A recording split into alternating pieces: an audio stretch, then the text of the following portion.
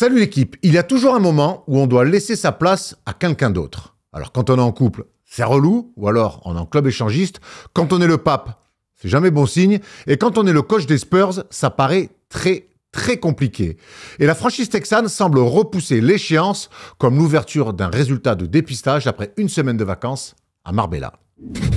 Et malheureusement, les nouvelles ne sont pas très bonnes pour Pop, et un retour sur un banc NBA me paraît de plus en plus impossible. Et alors que les playoffs battent leur plein, sauf à Memphis, l'interrogation du remplaçant de Popovich reste l'une des plus grandes questions sans réponse de l'univers, comme se demander pourquoi les bouclards ouverts 24 heures sur 24 ont une serrure. On est toujours le remplaçant de quelqu'un et vice-versa, et pouvoir le choisir est un luxe que les Spurs et Popovich ont toujours dans les mains. La célébration d'un dernier match sur un banc NBA n'aura certainement jamais lieu, hélas, mais son départ peut toujours être une fête, encore faut-il l'accepter. Alors je vous le dis, tout grand homme, aussi sage soit-il, devrait un jour accepter de laisser sa place à quelqu'un d'autre.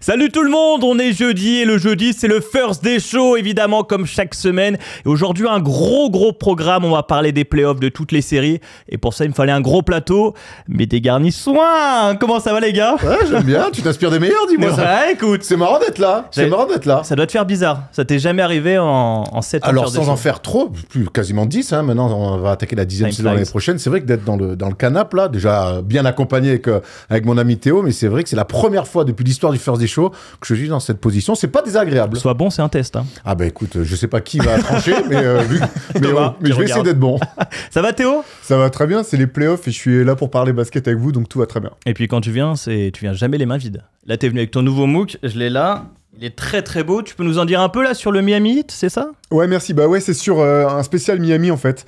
Donc forcément on parle beaucoup du Heat, on parle aussi de la culture de la ville, que ça soit basket universitaire aussi, la ville en elle-même, voilà Miami Vice, Scarface, toutes les images qu'on peut s'en faire. Parce qu'en fait ce qui est assez marrant c'est que pour nous, en tout cas, les gens de ma génération, ça reste une franchise relativement récente. Au bout du compte, c'est quand même une franchise qui a fait plus de finales NBA que Chicago ou les Spurs, par exemple, et qui est devenue synonyme de culture basket depuis plus d'une dizaine d'années. Donc voilà, on a eu envie de creuser un petit peu tout ça. Il y avait la stats, depuis 2008, ils ont fait plus de 100 victoires en play-off. Voilà, plus de 100 victoires en playoff, donc c'est assez énorme. Bah merci, en tout cas il est très joli, on l'a feuilleté avec Erwan, on va encore s'en régaler comme tous les MOOC. Et puis il y a notre petit article avec Thomas, cette semaine notre petite discussion. Ben on y est allé, nous à Miami, on a eu la chance d'y aller avec Sport US Travel pendant une période, pendant une petite semaine, et on a pu découvrir la salle, l'environnement, tout ce que tu dis. Et c'est vrai qu'il y a dans notre discussion, on se dit que c'est pas Riley évidemment qui a chapeauté tout cet ADN du Heat, et qu'on se disait qu'il avait pris un petit peu de ce qu'il avait connu au Lakers, de ce qu'il avait pris au Knicks, par le contexte, par l'ADN basket, par la défense, par le strass et les paillettes que peut avoir cette ville-là, et qu'il avait tout regroupé donc, dans cette franchise-là. C'est plutôt intéressant. Puis après, il y a le Yak qui nous en parle, il y a Jacques, un article. Parfait, c'est encore une fois de la bonne lecture. Et vous parlez de GTA 6 dedans? La sortie de GTA 6? Ça, bien sûr. Bien sûr. Il y a un dossier de 25 pages, je crois. Je vais peut-être le lire alors. Okay. Ça va peut-être m'intéresser. Et l'industrie pornographique, c'est beaucoup tourné vers Miami. Je sais pas s'il y a un article là-dessus, mais en tout cas, c'est important de le dire. Avant de partir dans le sommaire et les news, les gars, on fait les annonces comme chaque semaine.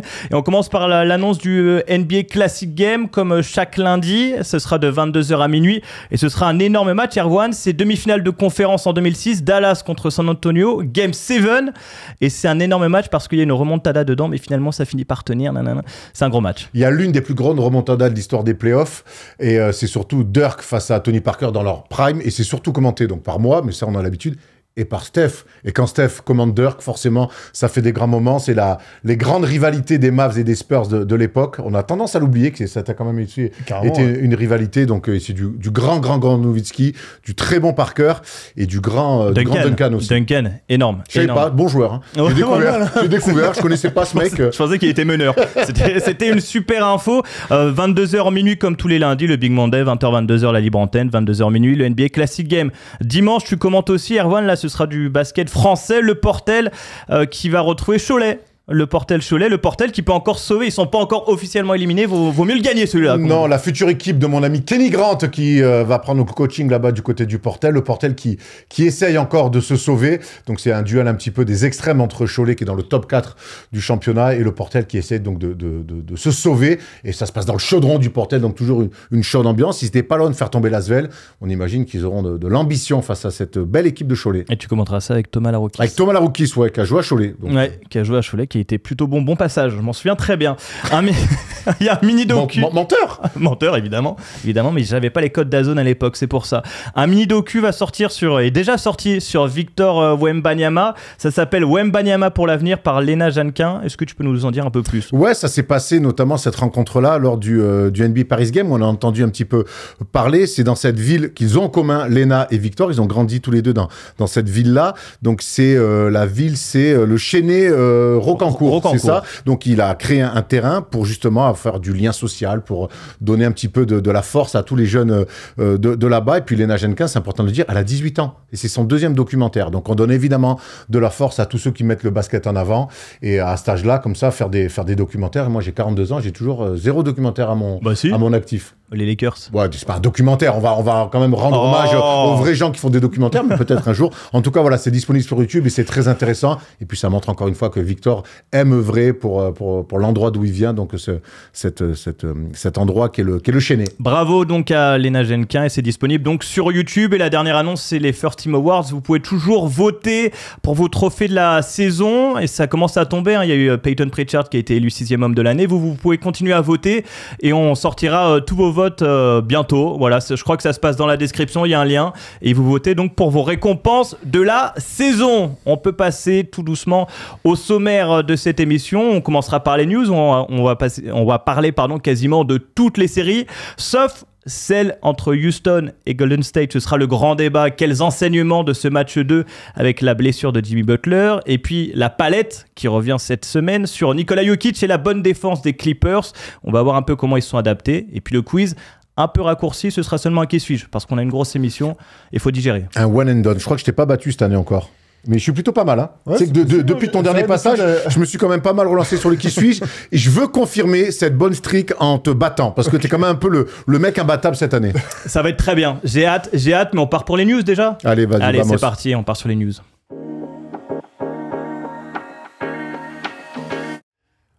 On commence par jeter un petit coup d'œil aux brackets, puisque tous les matchs 2 se sont joués, donc on a déjà des avancées sur le bracket. Et on va se concentrer, les gars, sur les matchs les plus chauds de cette nuit à l'Est. Le premier, c'est Boston-Orlando. Les Celtics recevaient le Magic pour le Game 2, sans Jason Tatum blessé au poignet. Et ça n'a pas été un problème, puisqu'ils se sont imposés plutôt facilement grâce à un très bon Jaylen Brown. Ouais, no Tatum, no problème, mais on le savait. Hein, de toute façon, toute l'année, on a vu les Celtics naviguer avec des blessures. On sait que Al Ford, de toute façon, rentre dans le 5 à chaque fois, peu importe qui est absent d'ailleurs. Ça décale Jason Tatum à l'aile quand c'est un intérieur. Enfin, peu importe, on a vu cette équipe-là se faire accrocher quand même en première mi-temps par une équipe du Magic que j'aime bien, en fait, vraiment, avec des vraies valeurs et un vrai style de jeu. Mais ils sont un petit peu court-vêtus, nos amis du Magic, pour battre cette équipe des Celtics qui trouvent toujours des solutions. Il y a toujours un tir, un joueur qui va sortir une grosse perf. Là, c'est Jaylen Brown. Et puis, même quand le Magic fait un petit rapproché, tu prends toujours 1-2 triples à 3 points dans le museau pour te faire repousser. Donc voilà, les Celtics plus forts que le Magic, on n'apprend rien. Mais j'ai bien aimé quand même ce que propose le Magic sur ce deuxième match. Puis ils se font un peu casser la gueule au rebond. C'est un peu le problème de cette équipe du Magic depuis le début contre les Celtics, c'est que là, les Celtics prennent encore 13 rebonds offensifs. Ça fait beaucoup quand même. Ouais, bah Orlando se tape, moi, c'est ça que j'aime bien aussi, c'est vraiment, ils se donnent jusqu'au bout, mais comme tu le disais, Erwan, je pense que c'est une équipe qui est pas suffisamment armée, Et je trouve qu'il est quand même pas suffisamment bien organisé en attaque. Il y a un moment, t'as beau bien défendre, ça pose un problème face à des équipes de top niveau comme les Celtics. Si t'arrives pas à générer du jeu, même, je vois les stats de Banchero qui fait un énorme match encore. J'ai l'impression faut qu'il se débrouille tout seul pour tous les points qu'il a, quoi.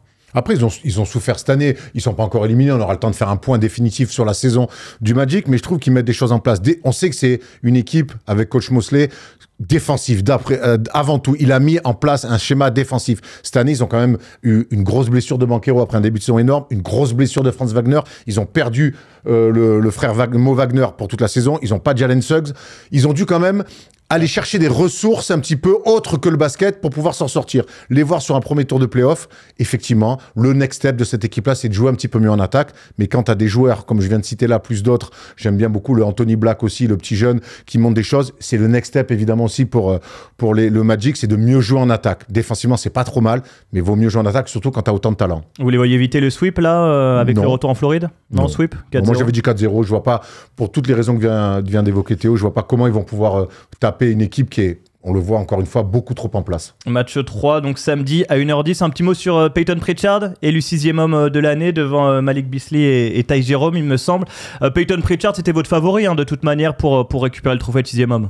Ouais, bah justifié, je pense. Après, la course était intéressante pour ce trophée cette année. Ce qui était intéressant, je trouve, c'est que souvent, j'ai l'impression que c'est un trophée qui va au plus gros croqueur qui sort du banc et celui qui va faire ses stats. Ce que j'ai trouvé intéressant cette année, c'est que les trois joueurs qui étaient en course, que ce soit Pritchard, Beasley et Ty Jerome, c'est vraiment des joueurs qui ont un impact vraiment dans les victoires de leurs équipes et qui font autre chose que...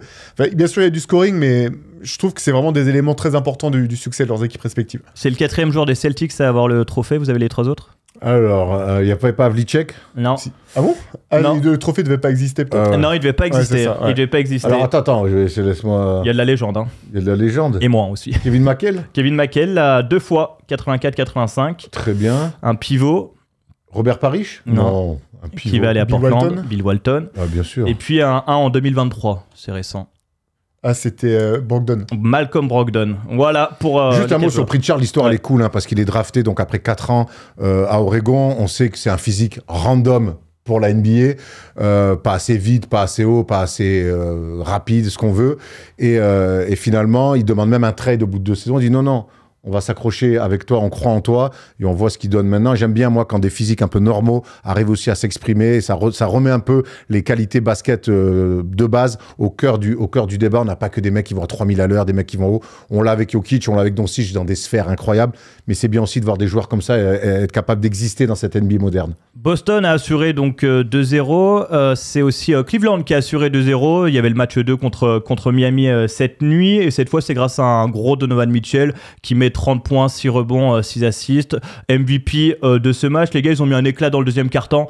Pas grand-chose à dire sur cette série, si ce n'est que Cleveland est au-dessus. Même si Miami, à chaque fois, essaye de faire des rapprochés, mais craque à la fin. Je t'en prie, Théo. Ouais, Miami est bien revenu quand même. Ils sont revenus à 3 points, 4 points, je crois, sur la toute fin. Ça s'est pas joué à tant de choses que ça. Maintenant, je pense que Cleveland a une classe d'écart. Et en fait, tu parles de Donovan Mitchell et c'est vraiment ça. Parce qu'en fait, c'est surtout en deuxième mi-temps qu'il fait le gros match. Et tu vois la différence quand tu as un mec de ce niveau dans ton équipe, c'est que même les moments où tu te fais accrocher par une équipe batailleuse, bah, tu as ce joueur qui sait se montrer, même si en face, Tyler Hero a été très bon aussi sur la fin. Qu'est-ce qu'il a progressé, Donovan Mitchell, c'est impressionnant. Ouais, il a progressé, surtout, je trouve, dans la gestion des timings des matchs. On se souvient qu'on lui reprochait énormément à Utah de faire du hero ball. Dès que ça allait pas, il prenait le ballon, regardez-moi jouer et je vais vous sauver. Là, je trouve qu'il y a une alchimie d'équipe, il y a un coach qui lui fait complètement confiance et lui, il rend cette confiance à ses coéquipiers. Pour le Heat, c'est si près, si loin. On sait que c'est une équipe accrocheuse, c'est une équipe, mine de rien, qui a un vécu collectif avec certains qui ont connu des finales et des finales de conférence. Maintenant, moi, j'aime bien le fait que Cleveland assume son statut de numéro 1 de la Ligue, de numéro 1 de l'Est, de numéro 2 de la Ligue. Ils mènent 2-0 à domicile. À l'intérieur, c'est très compliqué pour Adebayo et Ware. Même s'ils se battent, ils sont quand même dominés par Allen et Mobley. Et puis, sur les lignes arrière, ils chargent terrible. Et le ciblage de Tyler Hero défensivement est très intéressant. Alors, en attaque, il mettra toujours des paniers parce qu'il est bon. Il l'emmène, Tyler Hero, dans tous les pick and roll quasiment. Je crois qu'il a pris entre 45 et 50 pick and roll à défendre sur les 2 premiers matchs. Je peux te dire que ça, au niveau du cœur et du physique, ça use. Donc voilà, et le ciblage aussi. Et puis la fin de match, voilà. On sait que cette équipe-là, elle est bien organisée, mais que les fins de match appartiennent aux stars, voire aux superstars. Donovan Mitchell nous l'a prouvé. 2-0 donc pour Cleveland qui fait kiffer. Est-ce que Milwaukee vous fait kiffer ? Pas du tout. Pas du tout, j'ai l'impression, hein, puisqu'ils en sont à 0-2. Pas depuis la série sur Dahmer, en tout cas. Ça se passe à Milwaukee? Ça se passe à Milwaukee. Très sympa, très sympa. Je vais aller regarder ça. 2-0 donc pour les Pacers après un match 2 remporté 123-115, malgré le retour de Damian Lillard. On va voir les stats de Damian Lillard pour voir que on disait que c'était presque le seul espoir des Bucks, c'était le retour un peu précipité de Damian Lillard. Sur ce match-là, il n'a pas pu faire grand-chose. 14 points, 7 passes, 4 sur 13 à 2 sur 8 à 3 points. Son premier match depuis mars. On l'a vu tirer un peu la langue, hein, Damian Lillard. Ouais, de toute façon, c'était leur seul espoir, mais sachant que même avec lui, je pense que ça sera trop compliqué, en fait. Je pense que l'équipe est pas suffisamment forte. Il faudrait, avec les ressources à disposition, un coup de coaching incroyable, et ça, j'y crois pas une seule seconde venant de Doc Rivers. Donc, je pense que malheureusement, ça sera trop juste dans tous les cas. Même si, quand même, Indiana a une capacité à se faire peur sans raison, parfois, à se mettre à déjouer totalement sans que ça soit provoqué. Ils reviennent à 3 points à un moment. Ouais, voilà, mais vraiment parce que Indiana, tu te demandes ce qui leur passe par la tête et qu'en face, il y a Giannis Antetokounmpo. Mais franchement, je vois pas du tout Milwaukee pouvoir renverser la tendance. Tu penses que c'est une fin de cycle pour Milwaukee? Erwan pense la même chose, on va écouter, c'était dans Clutch hier et il pense exactement la même chose, tu as le temps de réfléchir comme ça à la réponse. Très bien. Il y a un mec sur le banc qui est Doc Rivers qui finalement, de toute façon, dans des contextes comme celui-là, est incapable de remotiver des mecs, incapable de faire jouer des mecs même de manière simple pour être efficace. Ils ne vivent et survivent qu'à travers l'envie qu'a Giannis de faire des choses. Après, j'ai même pas envie de tomber sur les joueurs des Bucks. Cette équipe-là, elle est usée, elle est fatiguée, elle a plus d'idées. Et en face, c'est une équipe qui a la dalle, qui ne lâche pas. Voilà, est-ce que ça t'a convaincu? Est-ce que c'est une fin de cycle du coup? Tout dépend de ce qu'on appelle fin de cycle, mais c'est vrai que tant que tu as Giannis Antetokounmpo, tu as une chance de pouvoir faire quelque chose. Jusqu'à quand ils vont l'avoir? Mais c'est la question, c'est effectivement la question. Mais Milwaukee a des questions hyper importantes à répondre cet été, quoi. Est-ce que tu gardes Doc Rivers? À quoi ça sert d'avoir... déjà, quand il a été signé, on comprenait pas trop le choix, mais là, je vois pas comment tu pourrais continuer dans ce choix-là. Si tu veux avoir une chance de redevenir respectable et de garder Giannis Antetokounmpo, il faut que tu fasses un sans faute cet été. Qu'est-ce que tu as pensé, toi, du retour de Damian Lillard? Mais moi, quand on parle de dernier espoir, en fait, il n'y a pas d'espoir, en fait. Pour moi, côté Bucks, Lillard, il a 35 balais, il n'a pas joué depuis un mois, on s'attend à quoi? Face à une équipe aussi bien organisée qui peut envoyer 3-4 mecs différents défendre sur Lillard. Alors, il met ce triple dans l'axe à 3 points pour revenir à 2 points. Il a toujours cet orgueil, on le voit. Il essaie d'aller parler à Liberton. Il rentre dans un duel que je trouve plutôt cool, d'ailleurs, parce qu'il y a de l'orgueil chez Giannis et chez Lillard. Mais c'est tout. Au bout d'un moment, on ne peut pas non plus battre une équipe aussi bien organisée que les Pacers. Rappelons qui sont les Pacers aussi. Alors, je sais que c'est pas l'équipe la plus bling-bling. C'est une équipe qui, l'année dernière, fait finale de la NBA Cup, qui fait finale de conf, qui fait une saison régulière tout à fait correcte, avec des joueurs qui sont restés en place. Il y a un vécu commun qui est quand même assez important. Et en fait, les mecs, ils vont arriver parce que tu as le Lillard qui sort le Thunder en faisant coucou. C'est plus le même, en fait. C'est plus le même. Et puis, il n'y a pas d'alchimie d'équipe. Doc Rivers, on en a parlé. Moi, je crois que c'est clairement une fin de cycle et que cet été, va y avoir des questions, mais va falloir gérer des envies de départ de certains. Suivez mon regard. Moi? Non, pas toi. J'ai pas prévu de partir. Si, encore, c'est en vacances, mais ça n'a rien à voir avec le débat. Un petit mot quand même sur les Pacers rapidement. Il y a Tyrese Haliburton qui a fait une sortie sur Pascal Siakam en disant qu'il c'était ouf à quel point il apportait de la sérénité dans cette équipe. On va l'apprendre. Il est peut-être le joueur le plus sous-estimé de la ligue. Je suis tellement heureux qu'il soit dans notre équipe. Ce qu'il fait chaque soir est incroyable, tellement constant, tellement régulier. Il fait un super travail pour nous apaiser. C'est vrai que de la part du joueur le plus surcoté de la ligue, c'est plutôt cool, hein. Gratuit, ça, il a été élu surcoté, voté par les joueurs, pas cadeau. Gratuit. Tu m'étonnes que tu t'énerves contre Lillard après. Je pense savoir pour qui a voté Lillard. Mais c'est ouf, cette équipe qu'on disait un peu jeune l'année dernière, tu l'as dit, tout ce qu'ils ont fait en une saison, et bien aujourd'hui, avec en plus ce Pascal Siakam qui devient un mentor quelque part, elle est impressionnante quand même, cette équipe.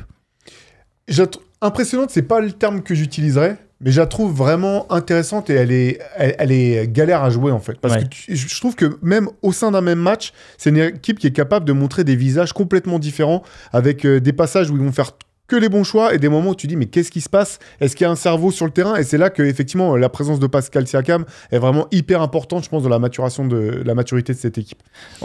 Vas-y, pardon. Non, mais Siakam, en fait, encore une fois, le vécu des mecs. Siakam, il a connu un titre NBA, il a connu un grand run de playoff, il est aux côtés de Kawhi Leonard, aux côtés de Marc Gasol, aux côtés de Kyle Lowry. Tout ça, c'est des papas.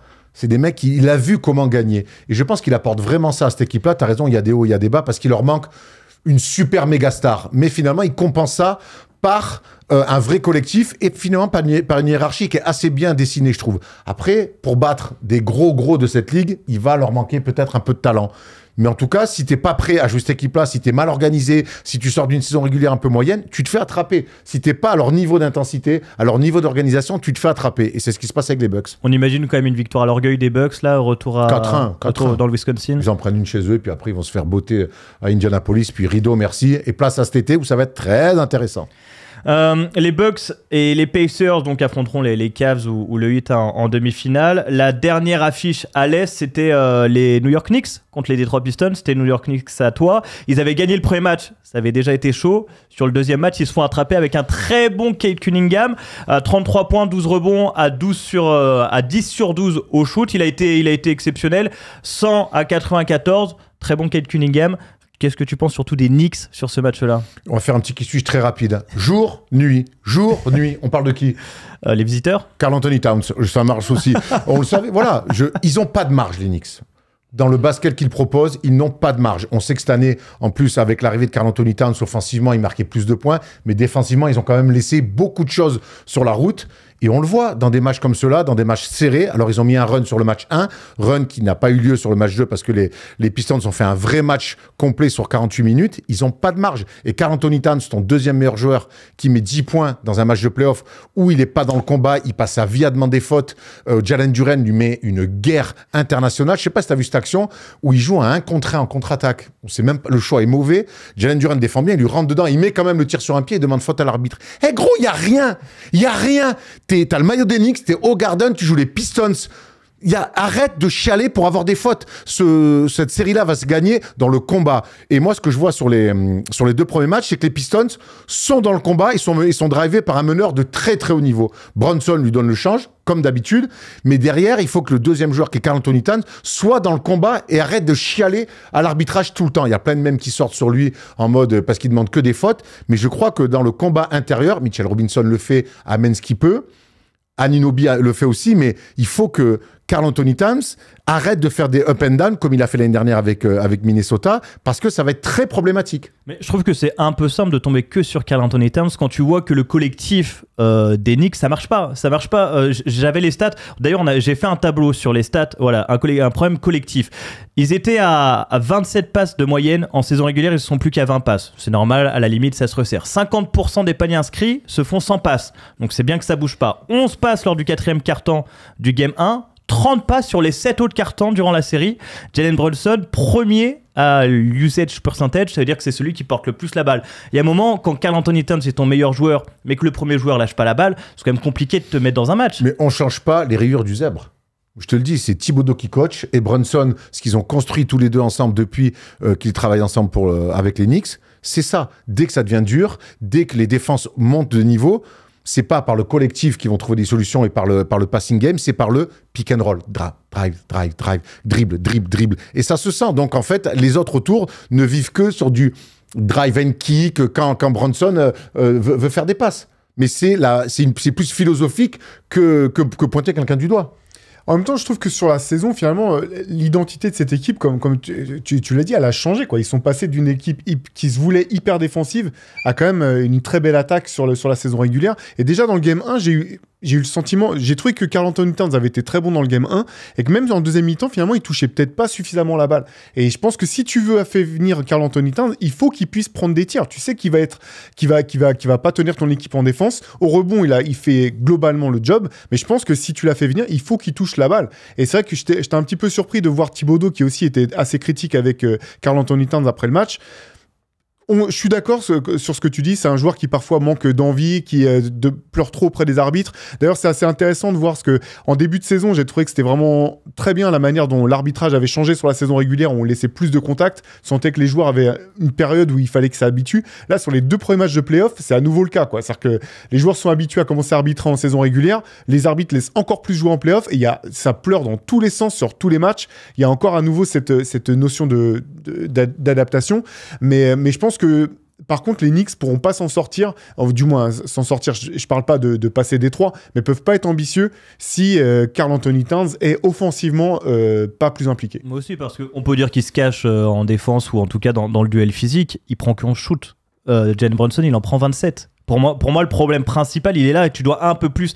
Je te dis même pas de réduire Jalen Brunson, mais Karl Anthony Towns doit être à 15, 16, 17 shoots pris dans un match. On est d'accord, mais comment? On est encore une fois sur dans quelles circonstances on va le mettre. Ça, je trouve que les Knicks, dès qu'ils sont dans le dur, et là en face, ils sont arrivés avec une équipe qui, dès le premier match, on l'a senti, Détroit, ils sont venus à New York en disant, les gars, sur cette série, nous, on vient pour vous taper, on vient pour vous sortir. Et ça se voit dans leur manière d'être, dans leur manière de défendre, ils mettent des coups. Et dès que c'est dur comme ça, mais qu'est-ce qu'ils font les Knicks? C'est très statique.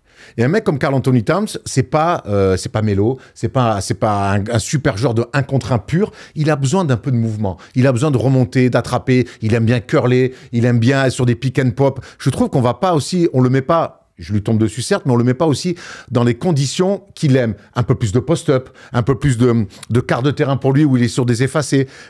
Quand il a la balle des fois en main, il est beaucoup trop loin du cercle et on sait que c'est pas sur le dribble, sur 3 dribbles qu'il va pouvoir faire la différence. Mais encore une fois, ça c'est la vision de Thibodeau. C'est dur, pick and roll et tout devient très statique. Match 3 ce soir du côté de Détroit. Du coup, on va regarder les codes quand même de ce match parce que vous allez voir que c'est très serré sur Winamax. Les codes, c'est 1,92 pour Détroit à domicile et les Knicks sont quand même favoris 1,86. Pour vous, New York va le prendre dès le match 3 ou avantage Détroit? Moi, je vois New York aller le prendre à Détroit sur l'envie déjà, parce qu'ils ont morflé dans le combat. Et puis, je pense que Tom Thibodeau va quand même un peu rectifier certaines choses, j'espère. On était dans un down de Karl Anthony Towns. Ben normalement, on est dans un mieux là sur ce match 3. Maintenant, les Pistons aussi, en récupérant l'avantage du terrain, ont désormais la pression en étant à domicile. Comment cette jeune équipe va gérer cette pression-là? Je reste persuadé que quand même, les Knicks sont favoris de cette série et ont un vécu qui doit leur permettre d'aller gagner ce match 3. Et ce que j'ai bien aimé aussi, et je ne l'ai pas dit, c'est que tu disais ils ont beaucoup fait défendre dans la série d'avant là. Tyler Hero. Ouais, bah, je trouve que Jalen Brunson, pareil, il l'amène tout le temps. Je crois que le picker qui s'occupe de Jalen Brunson, c'est celui qui fait le plus de pics dans le match. Il l'amène dans 18 ou 20 pics. Jalen Duren en général, ouais. 18 ou 20 pics par match, donc tu l'uses. Tu vois aussi une victoire des Knicks? Ouais, moi aussi. Je pense quand même. Okay. Je pense que c'est quand même une équipe qui est plus expérimentée, plus talentueuse à l'heure actuelle. Ils devraient aller chercher le match, ouais. Et c'était la première victoire des Pistons en playoff depuis 2008, hein. Depuis les finales de conf à l'époque. J'ai même pas envoyé un message à Wax tellement j'avais la haine. Bah, on l'embrasse, il nous regarde tout le temps. On t'embrasse, mon Wax. On passe à l'ouest du côté des Lakers, du côté de Los Angeles. C'était le match 2 contre Minnesota. Et les Lakers, qu'on attendait beaucoup après le match 1, eh bien, ont répondu, les gars. Victoire 94-85 avec encore un très bon Luka Doncic, 31 points, 12 rebonds, 9 passes. On a aimé la réaction des Lakers parce que ce qu'ils avaient montré au premier match, c'était pas normal quelque part. Ouais, et c'est exactement la réponse. Ils ont répondu exactement de la bonne manière, en fait, en étant plus agressifs défensivement. Sur le début de match, là, LeBron, même Doncic, tu les vois hyper actifs en défense.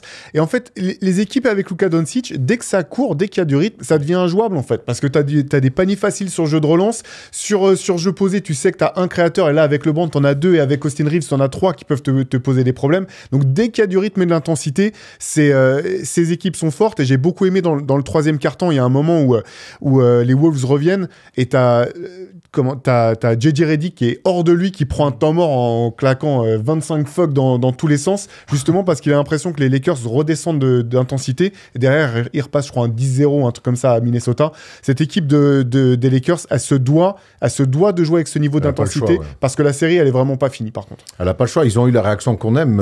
Faut pas le dire aux enfants qui sont à l'école, qui se font embêter par d'autres, mais il faut taper en premier. Sur le match 1, ils se sont fait taper en premier, ils n'ont pas répondu. Sur le match 2, je peux te garantir que dès la première possession, ça s'est tout de suite vu dans les attitudes. Ils ont tapé en premier. Et c'est des réactions qu'on attend en play-off. On sait très bien que chaque fois, c'est des réponses à des réponses à des réponses, les play-offs. Moi, j'ai bien aimé ce qu'ils ont fait. J'ai surtout aimé le fait que LeBron ait un impact rapidement dans le match. Le premier carton qu'il fait lors du match 1, il fait 0 points, il shoot 1 ou 2 fois, il n'a pas d'impact. C'est pas possible. Même si tu as Luka Doncic, quand tu as LeBron sur le terrain, il doit toucher la balle, que ça soit pour de la création, pour de la passe. Et là, en plus, il a eu de l'adresse. Mais il faut que LeBron soit beaucoup plus impliqué. Si Reeves l'est un peu moins, Pour moi, c'est moins grave, mais de toute façon, lui, il trouvera toujours le moyen de tirer au moins 15 fois dans un match, ce gourmand. Mais j'ai trouvé quand même que l'alternance entre du Doncic sur pick and roll, qui adore jouer sur Rudy Gobert, et LeBron James qui va créer pour lui ou pour les autres, c'est quand même un peu plus compliqué à défendre côté Minnesota. J'ai trouvé la défense de Minnesota plutôt très bonne, parce que les Lakers mettent encore moins de 100 points, donc ils ont été dans le combat, ils ont été dans la dureté. C'est offensivement où là, pour le coup, ils ont beaucoup de moins de tirs ouverts, ils sont beaucoup plus contestés, et on a vu que Mike Conley, c'est beaucoup plus dur pour lui de mettre de l'ordre, et ça s'est senti sur le match. Du coup, c'est quoi la tendance? La tendance, c'est le match 1 où Minnesota joue dur, défend bien, a énormément d'adresse, ou c'est le match 2 où les deux équipes ont un peu moins d'adresse, et où les Lakers se mettent à mieux défendre? C'est quoi la tendance? C'est le match 1 ou le match 2? La tendance, je pense que Minnesota pouvait pas rêver avoir la même réussite à 3 points que sur le premier match. Ça, c'était évident. On rappelle. Ouais, c'était sur des grands tirs ouverts aussi. Oui. Tu vois, c'est toujours pareil. Moi, en fait, quand on prend le pourcentage pur d'adresse, ok, ils ont mis dedans comme des coquins. Mais combien de tirs main dans la gueule ils ont mis? Zéro. C'est des grands tirs ouverts. Les aides côté ballon, les trucs comme ça. Alors, t'es dans un grand soir, mais les Lakers, ils ont aidé à être dans un grand soir. Ça, je suis d'accord, mais sur les 48 minutes, c'est bien que dans un match, Ouais. Là, j'ai l'impression qu'ils ont eu de l'adresse du début à la fin du match, en gros, et qu'à un moment, c'était plus possible pour les Lakers de repasser devant. Par contre, la vraie notion, quand même, c'est les débuts de match de Minnesota, parce qu'en fait, les 2 débuts de match sont problématiques, et face à une équipe avec autant de talent et de QI basket, tu peux pas te permettre non plus de toujours commencer à 2 à l'heure, et moi, le début de match d'Anthony Edwards, j'ai trouvé inquiétant sur le game 2, quoi. Il est inexistant en première mi-temps. Alors, si tu reprends juste le box score, tu dis, bon, il a fait son match. Il était vraiment en dessous de ses standards. Et moi, je pense que tu disais tout à l'heure, il faut frapper le premier. Je pense qu'Anthony Edwards doit être agressif dès l'entame du match. Parce que je pense que sur le terrain, les Lakers ont le meilleur joueur de la série. Tu peux pas laisser les Lakers avoir les 2 meilleurs joueurs de la série si tu veux avoir une chance du côté de Minnesota. Il faut qu'Anthony Edwards se monte dès le début du match. T'as raison, c'est Julius Randle qu'on a vu surtout du côté de Minnesota. On l'a vu, Julius Randle du côté de Minnesota, par de l'adresse. Moi, je trouve qu'au bout d'un moment, quand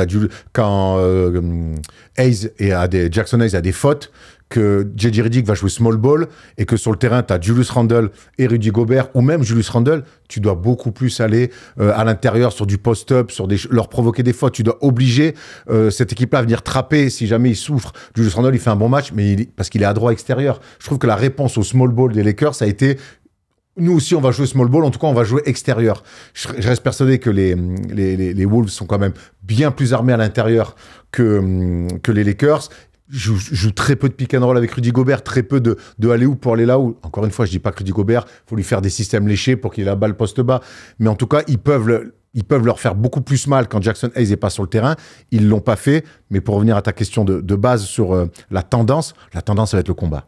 Et moi, la question que j'ai sur les Lakers au bout de 2 matchs, c'est est-ce qu'ils vont réussir à être dans un combat aussi intense pendant 6-7 matchs? Ça, pour moi, c'est ma grande question. J'ai l'impression qu'ils s'y étaient surtout pas mis au premier, quoi. Et qu'ils se sont mis au deuxième. Ouais, mais au deuxième, on peut aussi dire qu'au deuxième, il y a eu de l'orgueil, une surenvie, et que ça s'est vu. Et surtout, on sait très bien, les équipes qui gagnent le premier match à l'extérieur, t'as quelque part une décompression psychologique. Et c'est normal qu'on commence pas à me dire, non, t'es pro, tu gagnes le premier match d'une série, tu récupères l'avantage à l'extérieur, tu sais que quelque part, ton voyage, il est rentable. Et ça vous inquiète pas que pour Minnesota, qu'ils n'arrivent pas à stopper un peu Lucas? Alors, il met encore 30 points, ça fait 2 fois qu'il met 30 points. Il provoque surtout énormément de switch. Tu l'as dit, il se retrouve tout le temps sur Rudy Gobert. Et même si Rudy a été très bon en défense pour le coup sur lui, eh bien, tu crées énormément de décalage et de tirs ouverts. Est-ce qu'ils peuvent choisir un seul bourreau, que ce soit Lucas, et gagner la série? Ou alors il va falloir arriver à le restreindre un peu, Lucas? Je pense pas que tu puisses... À ce niveau-là, je pense pas que tu puisses espérer stopper Luka Doncic. Tu peux lui compliquer la tâche, mais je pense pas que tu puisses le couper du jeu. Et tu as raison de parler de Rudy Gobert, parce qu'au bout du compte, ça fait tout le temps le buzz quand on voit les paniers de Luka Doncic sur la tête de Rudy Gobert. Les choux gras. Mais au bout du... Nous qui sommes des journalistes à l'ancienne, des choux gras. Exactement. Mais au bout du compte, c'est quoi? C'est des tirs contestés, tir à 3 points ou un tir à 2 points contesté. C'est ce que, si tu dois choisir sur ce que tu vas laisser à Luka Doncic, c'est ça que tu veux lui laisser. Et moi, j'ai trouvé que Rudy s'en sort bien, en fait. Il est pas problématique pour moi, je trouve, dans cette série en défense. Même quand ça switch et que c'est lui qui doit sortir au large, je trouve que c'est plus que correct. C'est intéressant. T'as raison, et Rudy qui a un pivot de 2,18 sur les switches qu'ils font sur Luka, mais Luka il marque sur tout le monde en NBA. Exactement. Donc au bout d'un moment, il n'y a pas plus Rudy qu'un autre. Mais par contre, l'année dernière, Minnesota perd comme ça. Perd en switchant avec Rudy Gobert. On se souvient de ce tir sur le step back où derrière Luka va va chambrer Rudy. Donc, on va voir ce que Finch va faire aussi, parce que l'année dernière, certes, tu peux laisser ça à Luka, et les autres, tu les restreins si tu veux. L'année dernière, ils ont perdu aussi comme ça. Alors, c'était pas tout à fait la même équipe à l'intérieur, ce qu'on veut, mais laisser du Luka face à des défenseurs qui switchent, ou c'est Luka qui choisit son vis-à-vis. L'année dernière, ils perdent en finale de conférence là-dessus. Ils vont pas en finale à cause de ça. Donc, j'espère quand même qu'ils vont peut-être essayer de s'adapter, proposer autre chose, trapper, arrêter de faire du switch all comme ça, à voir. On verra un match 3 samedi à 3h30. C'est Minnesota qui est favori à 1,66. Les Lakers sont à 2,20 pour le premier match du côté de Minnesota. Et surtout, on fera un débrief samedi matin, toi et Thomas Larocquis, pour revenir sur cette série qui est folle. Ouais, on se met du rab. On se met du rab parce que c'est les playoffs, c'est le premier tour. Il y a beaucoup de choses à raconter. Ce match 3, il sera forcément décisif. Moi, j'aime à dire dans ces séries très serrées que la première équipe qui gagne 2 matchs d'affilée, en général, elle prend un avantage. Donc, rendez-vous à samedi matin. On finit en vitesse avec la dernière série à l'ouest avant de partir sur les 2 dernières séries qu'on va prendre dans le débat et la palette. C'est OKC face à Memphis.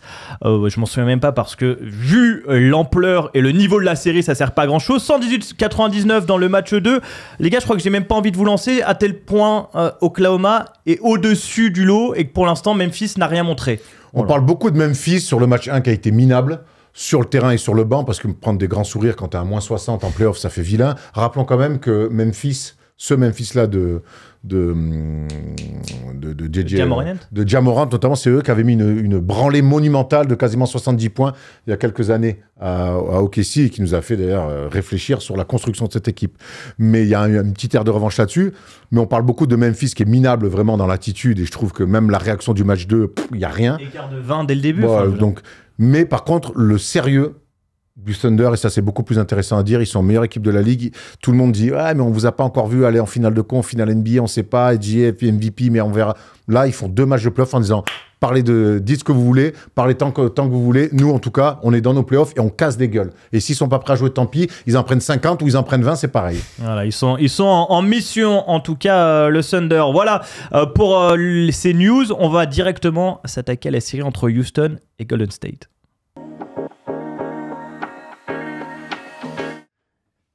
C'était le match 2 que tout le monde attendait après la victoire des Warriors dimanche, qui avait envoyé un vrai message. On attendait en tout cas la réponse des Rockets, voir comment ils allaient et pouvaient réagir. Et les gars, on a vu une réaction des Rockets, une victoire 109-94 avec un exceptionnel Jalen Green, 38 points, 6 passes à 8 sur 18 à 3 points. Les gars, avant d'aller sur le match, le fait du match qui est la blessure de Jimmy Butler, je veux qu'on prenne le temps de parler un peu des Rockets et leur réaction, parce que on rappelle que c'était leur premier match en playoff pour la plupart.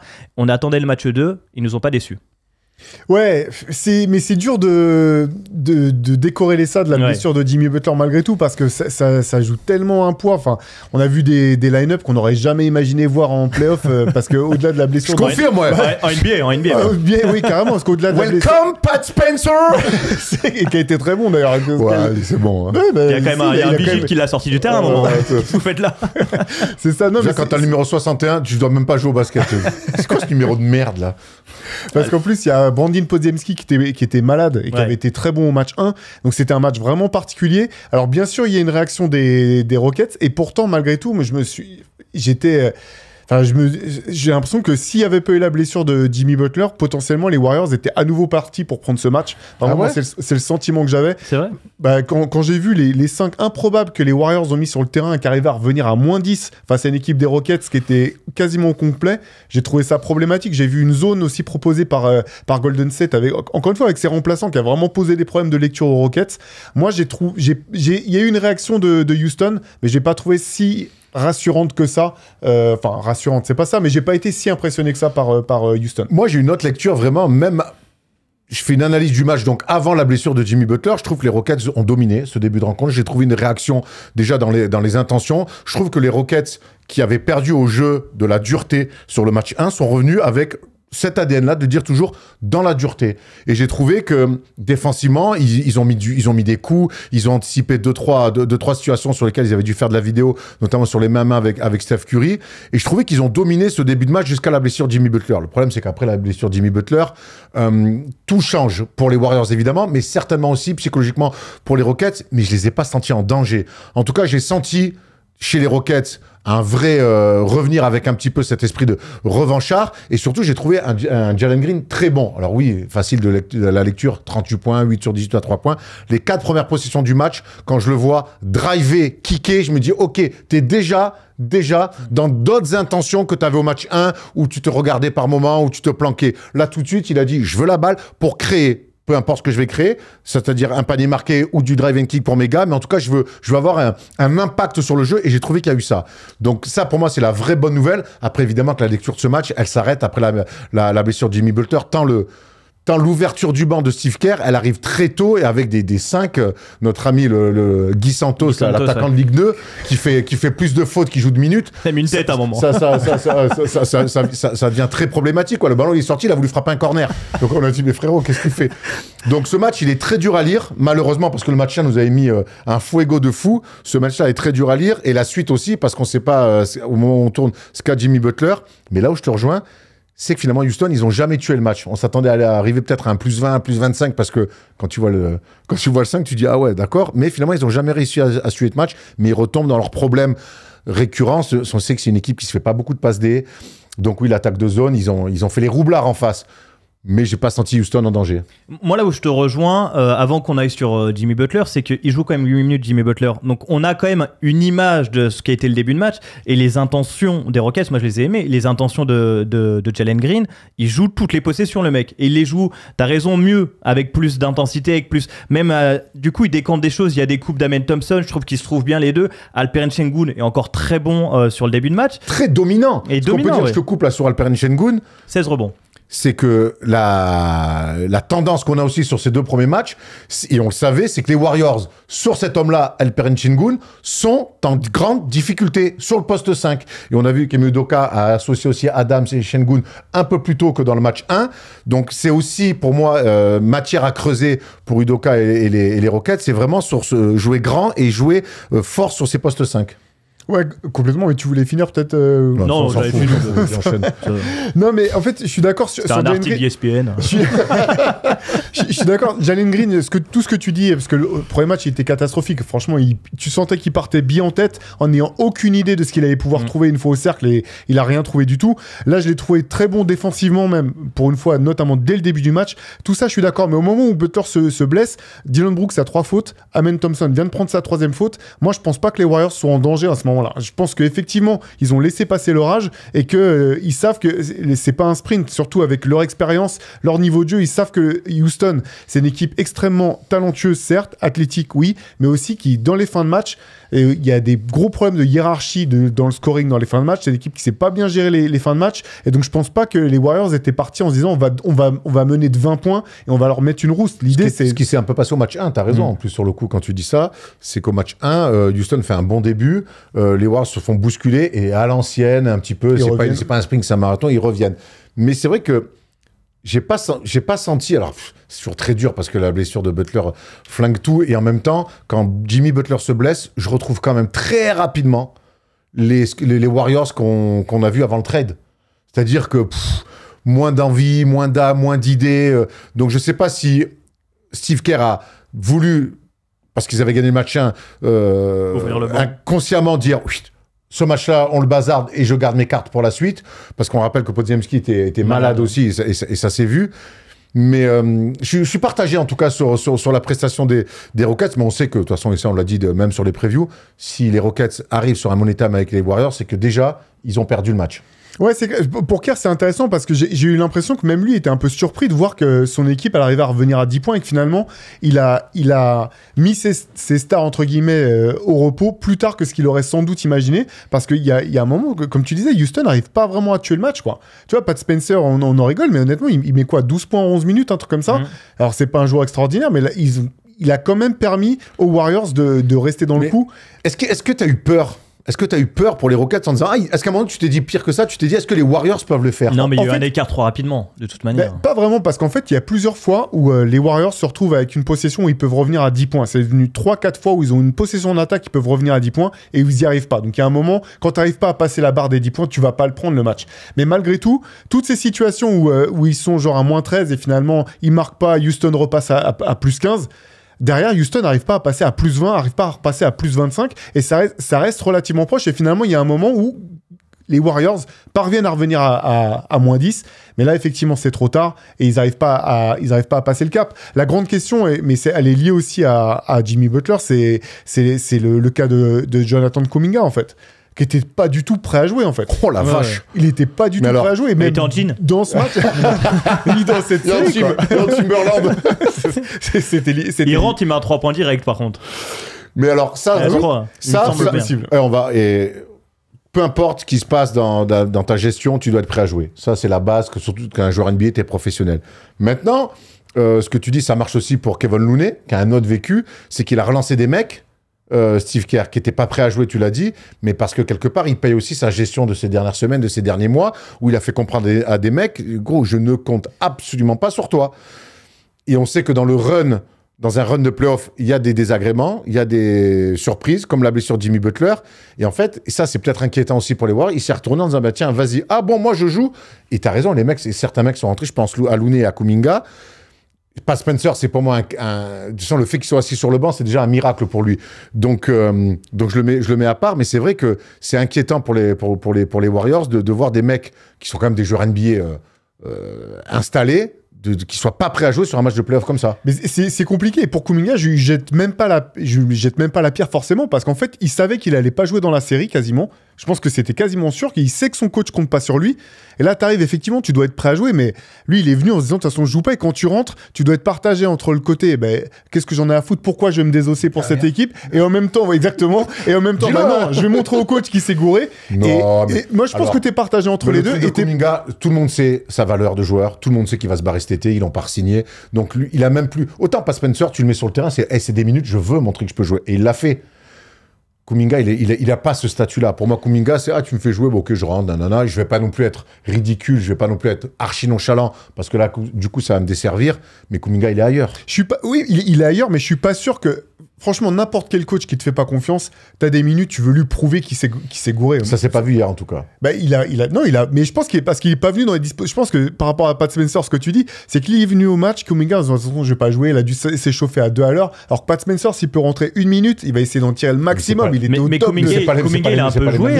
Je suis d'accord. Il a un peu joué en fin de saison, Kuminga. Il le faisait jouer 15-16 minutes. Oui, mais là, Kerr a dit dès le départ, en sortie du match 1, il a dit de toute façon, les minutes où il y a à la fois Butler et Kuminga, ça marche pas, et Butler, je vais le faire jouer 40 minutes. En gros, il l'avait dit clairement, en fait. Donc, tu sais si t'es Kuminga, parce qu'un joueur, effectivement, c'est pas le même statut. Donc, tu peux pas le faire jouer 2 minutes en fin de deuxième quart-temps, 2 minutes en fin du troisième, et te dire c'est bon. Tu sais que soit tu t'en sers, soit tu t'en sers pas du tout. Et là, je pense qu'effectivement, il était pas du tout prêt à jouer, quoi. Ce qui est sûr, c'est qu'il va avoir des minutes. On va quand même regarder la blessure de Jimmy Butler. Alors, pas l'image, évidemment, mais ce que ça va enclencher. Il est donc sorti sur blessure. C'est sur une faute d'Amen Thompson, qui se prend un peu dans les pieds et qui se retrouve sous lui. La faute, elle est cata, mais il fait pas exprès. Il est dans la lutte. Non, parce qu'il y a un angle où vraiment on dirait qu'il y va, et il y a un autre angle où tu vois qu'il se prend les pieds. Il est dans la lutte avec Draymond Green. Après, on sait que c'est une équipe qui est très agressive au rebond offensif, qui domine d'ailleurs beaucoup les débats là-dessus, les Rockets sur cette série-là. Il se prend les pieds dans la lutte avec Draymond Green, donc il attrape Butler en plein vol, c'est malheureux. J'espère que ça va pas changer la série, que Butler va pouvoir revenir. Mais pour l'instant, en tout cas, il y a beaucoup d'interrogations. Mais pour moi, il n'y a aucun geste volontaire de la part d'Amen Thompson. Non, il tombe lourdement sur le dos. C'est quand même le 3e Warrior qui se blesse sur le dos. Il y avait eu Curry et Kuminga dans la saison. Et il doit passer une IRM pour savoir si c'est une lésion, si c'est juste un bleu, si c'est une fracture. Ce serait catastrophique. Mais est-ce que juste le fait qu'il soit blessé et qu'on puisse imaginer qu'il rate 1 ou 2 matchs, ça change complètement la phase de la série quand même? Je pense oui, parce qu'au-delà de ce qu'il apporte en attaque, il y a tout ce qu'il apporte en défense et tout ce qu'il apporte au rebond. Et on sait que c'est une série où ça va être compliqué au rebond pour les Warriors tout au long de la série. C'est un des joueurs qui arrive à jouer au-dessus de sa classe de comment on dit, de sa Butler, il peut surpasser, quoi. Voilà, il peut surpasser notamment dans la domination physique en fait, et jouer comme si c'était un joueur de plus grande taille ou plus costaud. Ouais. Et là, dès qu'il sort de la rotation, c'est très très compliqué parce que derrière, c'est pas une équipe qui est si grande que ça et qui a pas tant de rotation que ça. Et le banc des Warriors est pas très profond. Hein. Quand tu vois Quinton Post, il a un bon passage dans le 3e quart-temps, mais c'est quand même compliqué. Guy Santos, il est catastrophique. Je lui jette pas la pierre, mais je ne vous jette pas la pierre, Pierre, mais tu pourrais lui mettre un petit ricochets dans le beat quand même. Hein. Il est 4. Tu peux pas le faire jouer, quoi. Hier, en fait, il est rentré, il a fait du MMA. C'est Oliveira, le mec, en fait, tu vois. Il est pas venu jouer au basket. Et pourtant, on aime bien Guy Santos, l'énergie. Mais tout ça, c'est la conséquence de Jimmy Butler. Tu parlais de tout ce qu'apporte Jimmy Butler, le leadership. Moi, quand je dis que sur des money time entre Rockets et Warriors, si les Rockets n'arrivent pas à avoir un écart et qu'ils doivent jouer à money time, ils se mettent en danger parce que Steph Curry, parce que Jimmy Butler. Sans Jimmy Butler, tout change. Et on a vu comme tout est déréglé. Donc, il a mis une mainmise sur cette équipe dans le bon sens du terme. Il a une association avec Draymond Green qui est fantastique. Il a une association avec Steph Curry qui est fantastique. Il a la confiance de Steve Kerr dans un système qui lui convient à merveille. On sait que Jimmy Butler, c'est un mec qui va mettre de la colle de partout et qui va emmener tout le monde avec lui. Sans lui, tout est redistribué. C'est-à-dire les gestions des money time, les match-ups défensifs, la lutte au rebond. Ça peut changer beaucoup de choses. Mais moi, je suis d'accord, c'est que on commençait le débat en disant c'est dur d'avoir des enseignements sur ce match vu que Jimmy Butler se blesse en début de match. Il y a quand même un enseignement, c'est que cette machine Warriors, elle est très bien huilée, très bien construite quand les deux sont là. Par contre, s'il y en a un qui saute comme Jimmy Butler, c'est comme une voiture, enfin t'enlèves le volant de la voiture, quoi. C'est compliqué de faire quelque chose. Impossible, conduire sans volant. Quand du côté des Rockets, si t'en as un qui passe à travers, genre Van Vliet depuis le début de la série, tu peux t'en sortir parce que pour moi, tu as un peu plus de profondeur. C'est quand même ça l'enseignement pour moi principal, c'est qu'il y a moins de profondeur. On le savait, mais j'ai trouvé ça un peu très visible et un peu choquant hier dans le Game 2, sachant que Podziemski était malade. Ouais, parce qu'en fait, après le premier match, ce que j'ai trouvé intéressant comme enseignement, c'est que j'ai trouvé que Podziemski avait réussi à débloquer pas mal de situations à des moments clés. Et je me dis, c'est-à-dire que les Warriors, là, ils peuvent vraiment penser qu'ils ont 3 shotmakers potentiels sur des fins de match compliquées. Butler, Curry, bien sûr, en premier, mais potentiellement Podziemski aussi. Alors que sur le match 1, on avait vu qu'il n'y avait que Sengun du côté des Warriors, qui était des Rockets, qui était capable d'assumer ce rôle-là. Donc ça complique la tâche énormément. Et moi, je vais revenir sur Kuminga, parce que je serais quand même surpris que Butler puisse tenir son poste sur le match 3, du moins qu'il puisse le tenir tout du long. Donc je pense que tu es obligé de trouver un moyen de réintégrer Kuminga, de lui retrouver une manière de te servir de lui et de pouvoir tirer profit de ce qu'il peut t'apporter. Ça va être intéressant d'ailleurs, parce que Kerr et Kuminga, la relation, elle est quand même très compliquée depuis qu'il est drafté. Je te fais pas jouer, je mets du temps à te filer un rôle, je te file un rôle. On voit ce que tu es capable de faire. Finalement, on va pas te re-signer. C'est très très compliqué aujourd'hui. Je serais curieux d'être dans la salle de réunion. Il va lui dire bon gros, je vais te filer des responsabilités. C'est vrai qu'hier, on parle beaucoup de la blessure de Kuminga, le fait que Podziemski soit malade, de Butler, le fait que Podziemski soit malade, ça change pas mal de choses parce que il est très important ce garçon-là. Vu que Curry attire énormément de défense, vu que Butler, tu peux pas non plus aller aider tête la première. Ce mec-là, sur des renversements, sur de la création, quand Curry est coupé du ballon, il fait énormément de mal aux défenses. Par le drive, il provoque des fautes et il est capable, tu l'as dit, de mettre des énormes tirs plein fer. Il a peur de pas grand-chose, ce garçon-là. Donc hier, ça aussi, ça les aide pas beaucoup. Il n'empêche que n'oublions pas qui étaient les Warriors avant le trade de Jimmy Butler. C'est une équipe qui avait perdu un peu son âme complète. Il a redonné de l'âme à cette équipe-là sur un ADN Warriors. Mais Jimmy Butler, c'est plus qu'un mec qui va mettre 20 points, 8 rebonds et 7 passes. C'est un mec qui, même quand tu joues contre lui, dans la tête des adversaires, tu fais ce soir, il y a Jimmy Butler en face. Et là, s'ils perdent ça, attention. Et puis, si Kuminga prend des minutes, comme tu le dis, ce qui va sûrement arriver, va falloir qu'il y aille, Kuminga, parce que il faut en parler comme dans cette série. C'est peut-être la série la plus physique de ces playoffs. Les Rockets envoient du bois, mais sur les Warriors, c'est impressionnant, presque parfois trop. Est-ce que pour vous, c'est presque trop physique par moment ? Les arbitres laissent quand même pas mal jouer dans cette série. Est-ce que ça fausse pas un peu le basket par moment, ce que font les Rockets ? J'ai pas ce sentiment-là, moi. Non, moi non plus. J'ai l'impression que c'est justement arbitré, en fait. C'est-à-dire que tout ce qui est antisportif ou qui est dangereux est sanctionné, et le reste, c'est les playoffs NBA. Moi, je suis pas choqué par le niveau d'engagement d'un côté comme de l'autre. Ça me semble normal. Mais par contre, les Rockets vont devoir un petit peu rectifier. Jouer physique, très bien. Jouer dur, très bien. Par contre, on se retrouve avec des problèmes de faute, des problèmes de faute comme Dillon Brooks, comme Amen Thompson, qui sont les défenseurs élites de cette équipe-là. Ça peut être problématique sur une longueur de série. Dillon Brooks, moi j'aime beaucoup, il est dans le combat, le duel qui se livre directement en défense sur Butler avant sa blessure est très intéressant. Il lui complique la tâche, tu sens qu'il en impose physiquement. Par contre, tu peux pas te retrouver, toi, Dillon Brooks, qui est l'un des vets de cette équipe, avec 3 fautes assez rapidement comme ça dans un match. Donc, c'est toute la difficulté de jouer dur, physique, Mais je trouve que par moment, il y a beaucoup de brassage. Il devrait aussi un peu mieux se gérer. Attention à ça aux Rockets. On sait qu'Udoka demande beaucoup d'impact et de physique. Mais il faut y amener du contrôle, ce que Draymond Green arrive parfois à faire, mais avec un autre crédit. Mais lui aussi, il est bien dans le combat. ouais, il est bien dans le dur. Pour vous, donc, si Jimmy Butler revient pas, les Warriors sont en grand danger. Oui. On est d'accord. Oui. Voilà. On va regarder comme les cotes du match 3. Il y a un mec dans le combat hier qui a été dramatique et qui a fait un match minable, c'est Gary Payton. Gary Payton, qui sur le match 1 avait été si précieux à aller piquer les grands dans le dos, jouer des pick and roll, des pick and pop, des short roll. Il est très chiant, Gary Payton, avec même les bonsoirs un peu d'adresse. Hier, les 2 premiers ballons, il roll, il a de savonnette. Il est dramatique hier, Gary Payton. Et ça, mine de rien, ça enraye un petit peu la machine Warriors aussi. Et Van Vliet, il est dramatique aussi, non? Non, mais Fred Van Vliet, il est dans le dur. Mais Fred Van Vliet, il a un truc, c'est qu'il veut mettre des paniers avant tout. Ouais. Il est maladroit en plus. Il veut mettre des pantons. Tu sais, si t'es meneur d'une équipe qui est 2e de la conférence Ouest et que t'es la pire équipe, l'une des pires équipes de la ligue aux passes décisives, c'est qu'à un moment donné, il faut regarder ton meneur de jeu et dire gros, on fait quoi? Il aime trop ça. Jalen Green a pris le relais sur les passes hier. Il veut mettre des pantons. Et t'as raison, hier, Jalen Green va être plus dans la création des passes. Mais après, Van Vliet, c'est ce qu'il est. Il va pas se réinventer meneur, gestionnaire, passeur sur cette série-là. On regarde les codes du match 3, donc qui aura lieu du côté de la Californie. Golden State est à 1,60. Houston est à 2,30. Très dur de vous demander vos pronos.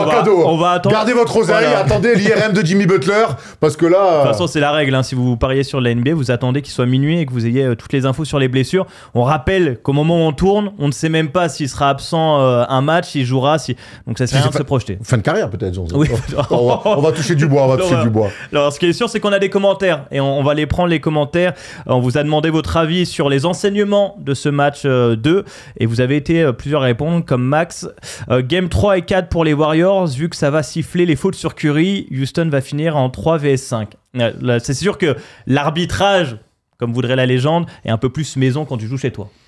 Ça t'appartient, mais je suis même pas sûr. Ça va me mettre dans la sauce tout seul. Okay. Non, pas du tout. Mais après, c'est un avis. C'est Max qui le dit, moi j'ai lu. C'est un avis que t'as le droit d'avoir. Moi, je trouve que. Mais Steph Curry, en fait, le charbonné, moi, je crois que ce mec-là, il est au-dessus de ça aujourd'hui. Tu vois, tu peux défendre ce que tu veux. On l'a vu sur le match 1 d'ailleurs. On l'a vu tout au long de sa carrière, une fois qu'il avait réglé ses problèmes de cheville. Moi, défendre très dur sur Steph Curry, il va toujours trouver des solutions.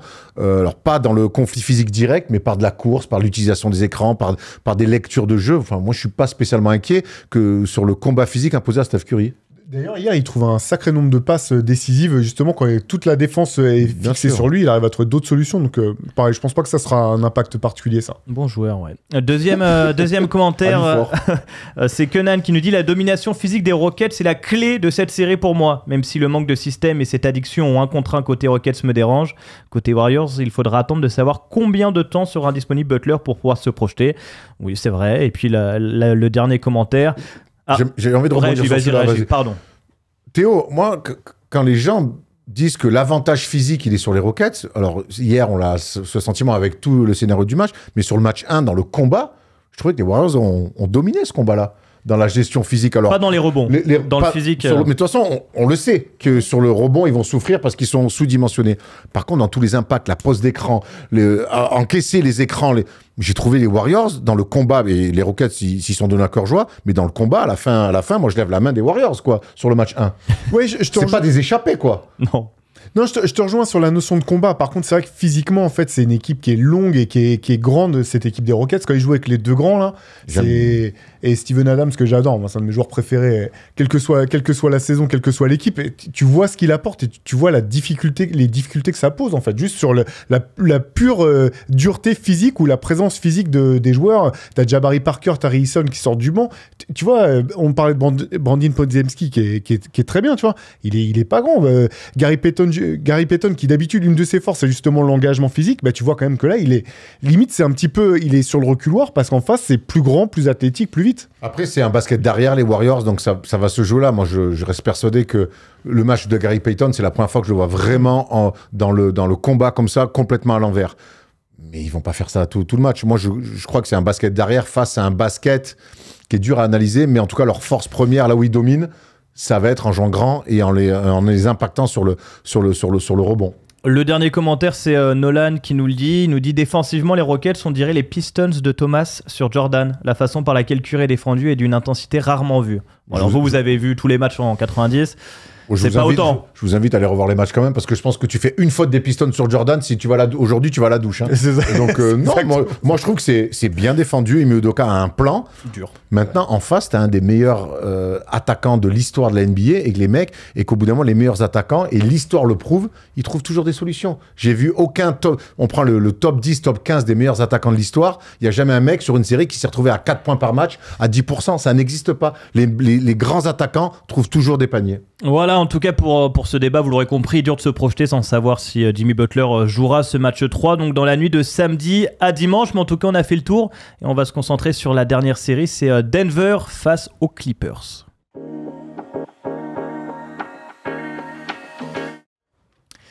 Et on va en parler en commençant par une palette comme chaque semaine, Erwan, sauf que là, c'est pas la palette de Toto, c'est la palette de Wawan. T'aimes bien qu'on t'appelle comme ça? Oh la non, vraiment, Wawan, c'est pas possible. Bon, il y a des mecs à Saint-Nazaire qui ont essayé de m'appeler comme ça, ils sont dans le port. Il y a un port là-bas. Okay, il y a un port à Saint-Nazaire, bah oui, quand même. Ah ouais. Tu savais pas qu'il y a un port à Saint-Nazaire? Je sais pas si tu es Saint-Nazaire. Mais à part Paris, t'es sorti du Beaujolais un peu ou pas? Ouais, il y a un port à Saint-Nazaire, on est d'accord. Je te crois sur parole, j'ai jamais. Merci. Toi, avec ta culture que tu as. Ouais. Bah oui, on les embrasse, les gens de Saint-Nazaire. Les Saint-Nazériens. Les Nazériens. Ok. La palette du jour, donc sur Nikola Jokic, on va regarder la bonne défense des Clippers contre le Serbe. Eh oui, parce que c'est ce qui m'a sauté à la gueule un petit peu sur ces deux premiers matchs entre les Nuggets et les Clippers. On en avait parlé dans la preview, j'aimais bien la match-up Zubac, mais ce que j'avais pas anticipé, c'était la défense collective autour de Nikola Jokic pour essayer, je dis bien essayer, de réduire un peu son impact. Et j'ai l'impression que ça marche pas mal. Et on va voir un petit peu sur deux actions ce qu'ont prévu les Clippers. Si on va voir après, d'ailleurs, qui est un petit peu derrière ça. Donc, on va voir là une action qui se déroule. On va voir Jokic qui oblige à aller loin sur des fixations, à lui obligé à prendre des tirs compliqués qu'il veut pas prendre et du coup, il fait une mauvaise passe. On est sur un début d'action, c'est Nikola Jokic qui va venir là sur un pick and roll et regardez tout de suite Zubac qui va venir mettre la pression sur Jamal Murray, une espèce de pas de trappe, mais en tout cas, on vient à deux. Et là, c'est à l'opposé. James Harden qui va faire l'effort, donc on oblige les Nuggets à aller jouer à l'opposé. Et là, boum, la passe à l'opposé va obliger Zubac et James Harden à venir mettre un pied d'aide dans la raquette. Cette fois-ci, le ballon va quand même arriver sur Nikola Jokic, qui peut avoir un tir ouvert. Nikola Jokic, il sait faire plein de choses, mais c'est pas Ray Allen non plus dans le temps pour envoyer. Donc du coup, Zubac a le temps de venir close out sur Nikola Jokic, qui le pousse à mettre un drive main gauche. On est déjà loin dans l'action là. On oblige Nikola Jokic à faire plein de choses. Il y a aux Nuggets à avoir d'autres lectures. James Harden vient fermer et regardez Kawhi à l'opposé qui est parfaitement resté sur les aides pour couper les passes. Et ben là, on oblige les Nuggets dans une action un petit peu faux folle à trouver des passes qui n'existent pas. Passes qui n'existent pas à l'opposé. La lecture et les grandes mains de Kawhi Leonard. Ballon gagné, Théo. C'est ultra important dans le Money Time. Ouais, bah, de toute façon, la défense des Clippers, c'est vraiment excellente, hein, tout au long de la saison et puis là, dans cette série. Ce que je trouve intéressant, c'est que j'ai l'impression que les Clippers mettent un peu Jokic au défi de prendre plus de tirs à 3 points et pour l'instant, il refuse. Parce qu'il a pas mal de tirs ouverts, là, comme on voit sur le tout début de l'action, qu'il refuse de prendre. Je me demande si ça va être une des adaptations des Nuggets pour le prochain match. Mais ils font une sorte de zone, en fait. Alors, ils en font un petit peu, c'est jamais une zone bien claire, c'est beaucoup de match-up avec des suivis sur certains joueurs et surtout tout est adapté pour ou couper Nikola Jokic de la balle ou en tout cas quand il a la balle le plus tard possible et c'est de le sortir de ses zones de confort. On passe sur la deuxième palette pour voir encore ce plan anti-Jokic, du coup. Et là, cette fois-ci, on va voir que les Clippers vont faire en sorte que Jokic ne touche pas la balle. Et que du coup, on va pousser notre ami Michael Porter Jr., qui fait une très très belle série, hein, vraiment, à du coup prendre les décisions. Encore une fois, on est sur un pick and roll avec Nikola Jokic. Là, tous les joueurs, parce que c'est le but premier, ont un regard sur Nikola Jokic, qui va forcément donc roller sur ce pick and roll. Mais là, Kawhi Leonard anticipe donc la montée pour couper cette passe-là. On est quand même sur une grosse pression de Chris Dunn sur la balle pour rendre la passe sur Nikola Jokic compliquée, voire impossible. Du coup, il y a Harden aussi qui fait un joli pas d'aide pour compliquer la passe. Du coup, on va aller sur Michael Porter Jr. qui va attaquer le close-out. Mais James Harden, Mais qu'est-ce qui t'arrive, mon grand? Tiens, le duel, c'est encore une fois Chris Dunn qui vient aider. Là, on est sur un ballon gagné avec Nikola Jokic sur une attaque qui n'a pas touché la balle. Et quand sur une attaque des Nuggets, Nikola Jokic ne touche pas la balle, c'est forcément une bonne défense. Ouais, ça c'est clair. Et encore une fois, sur cette action, on voit que le spacing des Nuggets, c'est pas bon du tout. Hein. Comme sur la première fois, là où tu as Chris Brown et c'est Christian Brown et Aaron Gordon qui sont quasiment dans le même espace au tout début de l'action. C'était un peu la même chose sur l'action précédente. Mais ça, c'est vraiment intéressant de voir ces adaptations-là parce que je pense que c'est ce que les Nuggets ont dû se manger pendant 2 jours là, pour préparer le Game 3. On parlait beaucoup de la match-up Zubac-Jokic. T'étais pas avec nous en plateau. Qu'est-ce que tu penses de ce que propose Zubac face à Jokic des deux côtés du terrain? Déjà, il fait une saison qui est extraordinaire, Zubac. Le luxe qu'il donne aux Clippers, c'est qu'il leur donne le luxe de ne pas être obligé d'envoyer systématiquement des prises à 2 et de pouvoir mixer un petit peu et de forcer Jokic, plutôt d'empêcher Jokic à être dans un rythme, en fait. Et ce qui était super intéressant sur le match 2, c'est la manière dont ils envoyaient les prises à 2, où en fait, ils envoyaient tout le temps une prise à 2 dans le dos de Jokic, de manière à ce qu'il ne puisse pas voir d'où vient l'aide. Et ça, c'est parce que tu as un joueur comme Zubac qui peut parfois le tenir tout seul. Et on en revient à ce que tu disais tout à l'heure. Tu sais que Jokic, de toute façon, tu vas pas stopper Jokic. Ton but, c'est simplement de le limiter, de le fatiguer et de faire en sorte qu'en fin de quatrième carton, si ça se joue là, bah, il commence à être fatigué, ce qui était vraiment le cas sur le Game 2. Moi, ce que j'aime beaucoup aussi avec Zubac, c'est qu'il est très fort sur les pics et les short rolls pour aller finir, pour aller distribuer le petit hook. Force et surtout à défendre. Ouais. Et là, c'est là où t'es bon. C'est pour ça qu'on t'invite. C'est qu'il force Nikola Jokic sur du 1 contre 1 à défendre du bugne à bugne. Jokic, on a eu des grands débats sur sa défense. Bon, c'est un joueur intelligent, il sait toujours se passer et venir dans les aides. Mais là, Zubac l'oblige beaucoup sur les débuts de match aussi à défendre du bugne à bugne.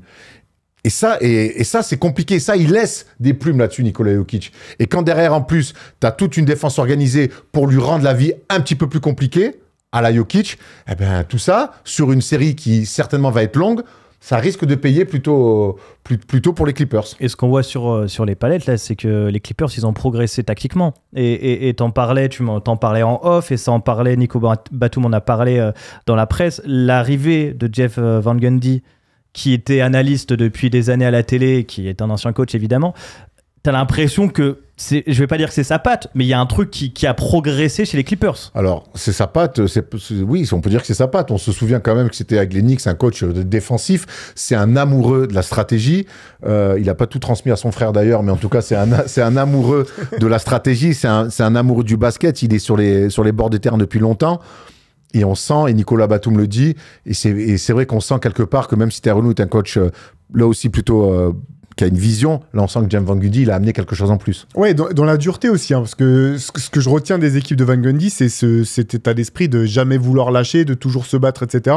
Et l'image la plus marrante, là, c'était du Game 2, ça, c'est l'action où il garde le ballon alors que Jokic essaie de lui arracher le ballon. Incroyable. Match 1, ça, c'était match 1. C'est dans le match 1, ça, mais Van Gundy, c'est pas pour la blague, hein. Il va pas lâcher le ballon.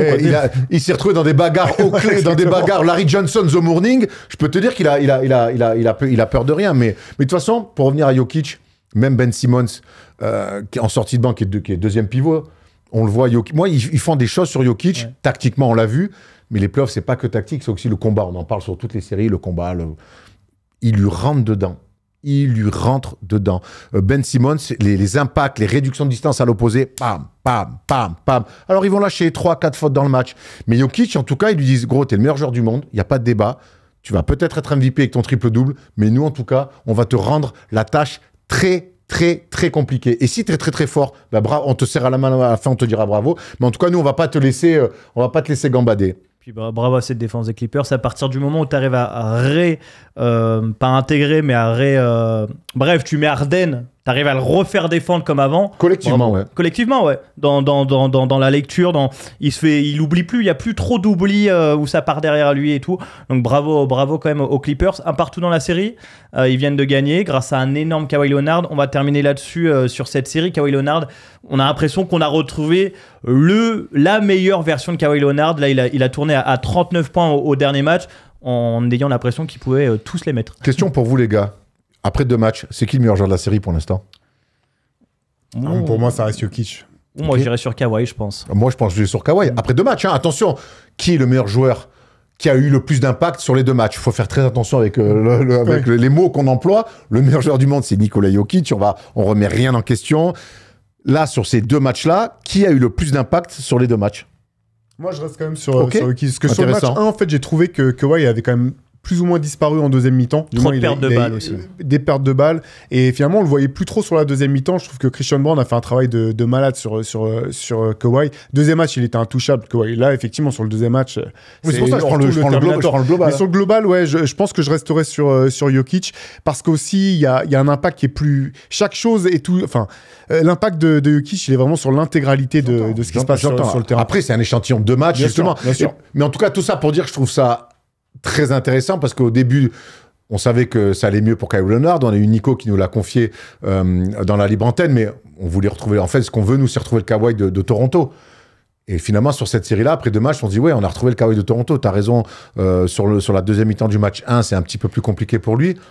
Mais là, moi, quand je vois ce mec-là, je me dis, en fait, à une méga superstar qu'ont les Nuggets, les Clippers, ils ont un mec qui est capable d'élever un niveau et se rapprocher de celui de Jokic. Voilà, de manière plus générale. On regarde les codes pour ce match puisque ça aura lieu cette nuit, le match 3 du côté de Los Angeles, 1,47 pour les Clippers, 2,65 pour les Nuggets. Avant que vous me disiez qui vous voyez gagner ce match 3, toutes les codes qu'on vous a montrés pour pouvoir parier, eh bien Erwan nous explique comment ça se passe. Et alors, depuis plusieurs années, Winamax est partenaire de notre chaîne. Et avec eux, tu peux utiliser ton expertise pour gagner de l'oseille en pariant sur toutes les compétitions de basket, sur les matchs, mais aussi, et ça on adore, parier sur les perfs des mecs. Tiens, je sens bien qu'un Serbe va faire un triple-double. Paris plutôt safe. Tu peux aussi miser sur qui sera le meilleur scoreur, le meilleur passeur, et même miser sur les duos. Bref, l'offre basket Winamax n'a jamais été aussi complète, et en plus, lors de ton premier dépôt, tu es automatiquement remboursé à hauteur de 100 €. Et vu qu'on est sympa, on t'offre même un petit bonus de 10 € lors de ton premier dépôt avec un code FT10. Plus d'infos en description. On rappelle quand même, le plus important, c'est strictement interdit aux moins de 18 ans. On est là surtout pour s'amuser. Merci Erwan. Alors pour De rien, gagner, gros. pour gagner ce match 3, qui vous voyez? Clippers, Nuggets? Moi, je vais mettre les Clippers parce qu'ils reviennent à domicile, parce que j'ai été très convaincu par les 2 matchs qu'ils ont produits là-bas. Je reste persuadé que le match 1, et j'en ai rien aux Nuggets, ils se le perdent un petit peu par de la nonchalance. Tu as parlé de Kawhi, tu as un petit peu de James Harden sur des ballons perdus de manière assez curieuse. Il y a prolongation sur le match 1. Et puis, vraiment, après 2 matchs, j'ai l'impression que tactiquement, qu'avec de la profondeur, les Clippers sont une meilleure équipe. C'est vrai, on s'attendait dès le début à ce que ça soit la série la plus serrée, et je pense que ça risque de l'être jusqu'au bout. Parce qu'en fait, autant, tu vois, tu dis, t'as l'impression que les Clippers ont perdu le match 1 plus que les Nuggets ne l'ont gagné. J'ai un peu le même sentiment sur le match 2, en fait, où les Nuggets ont perdu tellement de ballons, et les 7 balles perdues de Nikola Jokic l'attestent, que j'ai moi juste On vient sentiment faire sur une le match palette 2. pour t'expliquer pourquoi il perd les ballons. Non, mais Il avait la caméra devant, Michel. Mais ouais, c'est dur, elle est dure à pronostiquer cette série. Si tu me demandes vraiment de choisir, allez, moi je vais parier sur un match monstre de Jokic, mais les Clippers sont extrêmement impressionnants. Et c'est vrai que quand je parle des Clippers, je peux quand même pas m'empêcher de penser au passif de cette équipe et au passif des joueurs de cette équipe, que ce soit James Harden, que ce soit Kawhi Leonard, ce qui fait que même quand j'ai envie d'y croire, j'ai un truc dans ma tête où je me dis non mais c'est pas possible. L'histoire me dit, m'a montré 15 fois que c'était pas possible. Mais effectivement, cette équipe des Clippers, elle est vraiment impressionnante. On a très peu parlé de James Harden qui est... Magnifique. Wow. Juste. Oh là là, magnifique. Franchement, et moi, quand je vois James Harden comme ça, quand je vois les Clippers comme ça, quand je vois Kawhi, quand je vois tactiquement avec des Jeff Van Gundy, Tyronn Lue qui proposent, j'ai l'impression qu'ils sont en train de vaincre le signe indien. Je parle trop vite, les fans des Clippers vont me dire « Tais-toi, ferme ta gueule, tu vas nous porter l'œil ». Mais j'ai l'impression qu'il se passe quelque chose. Alors, je pense que je vais recevoir 1000 messages si jamais ils perdent dans cette match. Mais je sais pas, j'ai l'impression qu'il se passe quelque chose. C'est une belle capsule que tu nous offres. Merci. C'est votre série préférée? Oui, de loin. Ouais, elle est vraiment exceptionnelle. Oui, c'est la meilleure. Voilà, en tout cas, on est. J'aime bien OKC Memphis aussi. Pardon. Pour une blague en plus. Bah en fait, c'est pour ça que Thomas il me coupe la parole. Je comprends, c'est assez insupportable. Excuse-moi. Bref, on a été très complet. Très complet. C'est toujours des émissions très longues. Hein. On parle de toutes les séries. C'est les premiers tours. Et on va se terminer rapidement par un qui suis-je. Là, ça va être très punchy.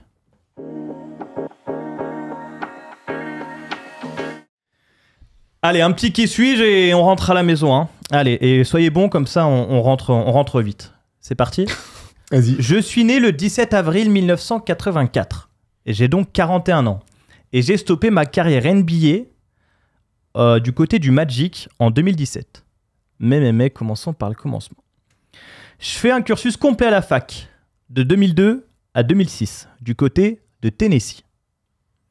Fort passeur à l'université, je terminerai 2e meilleur passeur all-time de la fac, mais j'inscrirai aussi des pions. 15,3 points de moyenne lors de ma saison senior. Avec mes stats, je me présente à la draft 2006, à 22 ans, mais avec mon physique un peu trop frêle, je ne dépasse pas le 1m90, aucune équipe ne m'appelle. Alors je pars en Europe pour commencer ma carrière professionnelle. Je pars en Italie, du côté du Reggio Emilia, où je jouerai 13 matchs, puis en Grèce, où j'en joue 8 avec le PAOK. Je reviens en 2007 pour retenter ma chance en NBA. Je participe à des camps d'été, mais toujours pas de contrat. Je vais donc en D-League. Et là-bas, je taffe. Presque 27 points de moyenne, 5 rebonds, 5 passes. Ça va attirer l'attention des Warriors. Je signe le 8 janvier 2008, à Golden State. Un 10-day contract pour débuter, pour être backup de Baron Davis. Je convainc Don Nelson et les Warriors qui me prolongent jusqu'à la fin de saison. 32 matchs lors de ma saison rookie pour 12 minutes en moyenne. La saison suivante, je double mon temps de jeu pour presque 9 points et 3 passes, en backup de Jamal Crawford. Dans ma carrière d'ailleurs, je sortirai toujours du banc. Jared Jack? Non. Kelena Obudige? Non. Non. Non. Non, non. Au bout du banc. C'était un Au bout du 3, banc. mais du coup, je me suis dit... Non, je sortirai toujours du banc, mais avec des minutes comme en 2009-2010, où je joue 27 minutes de moyenne avec les Warriors. Contre les Kings, vous allez peut-être avoir un premier flash de moi quand j'inscris 40 points face à eux. À 16 sur 23 au shoot, s'il vous plaît, avec le numéro 23 dans le dos. Ian Clark, non? Je termine la saison à 10 points de moyenne, et ce sera ma dernière avec les Warriors. Après 3 ans en Californie, je change de climat pour le vent de Chicago. Je signe 10 millions sur 3 ans, backup de D-Rose. Je profiterai de ses blessures pour me montrer comme... Ah, je sais, Watkins. Oh non, c'est Watson, CJ Watson. CJ Watson, bravo CJ Erwan, Watson, CJ putain. Watson qui sera backup, qui sera titulaire. Yes, en playoff. putain. Oh, ça fait Belle émission. toujours une belle sensation. Surtout quand tu sens qu'il l'a à côté de Ah toi. ouais, non, mais je dis Ouais, il est Watkins, tu me dis, va me baiser sur la ligne. Bravo, CJ Watson.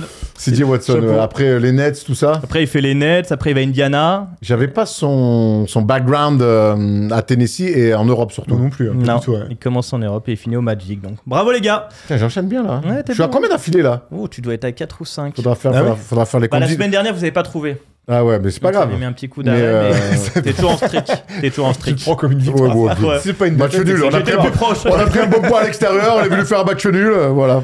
Merci les gars Merci pour à cette toi. émission. On rappelle le MOOC sur le Miami Heat du côté de Rivers qui est déjà, on peut déjà le commander. Ouais, sur Basket Session, donc c'est pas à la Fnac, c'est pas en kiosque, c'est uniquement chez nous. Sur Basket Session, donc le site sur internet. Merci Théo, merci Erwan. Merci à toi, on se retrouve lundi, c'est encore toi qui présente. Ouais, la libre antenne. On s'y habituerait presque, hein. Ouais. T'es bon, hein. On te T'as été retrouve. très bon, t'as été excellent, je tiens à le Merci. dire. On T'as te été retrouve. excellent. Et on te retrouve samedi. On me retrouve samedi, on me retrouve dimanche sur RMC, dimanche sur DAZN, ouais, c'est des beaux week-ends, hein. Belle semaine, tu vas arriver en forme lundi. Hein. Mais je suis en pleine bourre, mon gars, on a le meilleur métier du monde. Allez, merci. Et en de- plus, on Ah, est beaux gosses. en plus. J'aurais pas rajouté celle-là, mais pourquoi pas. Allez, ciao tout le monde et bon week-end de playoff.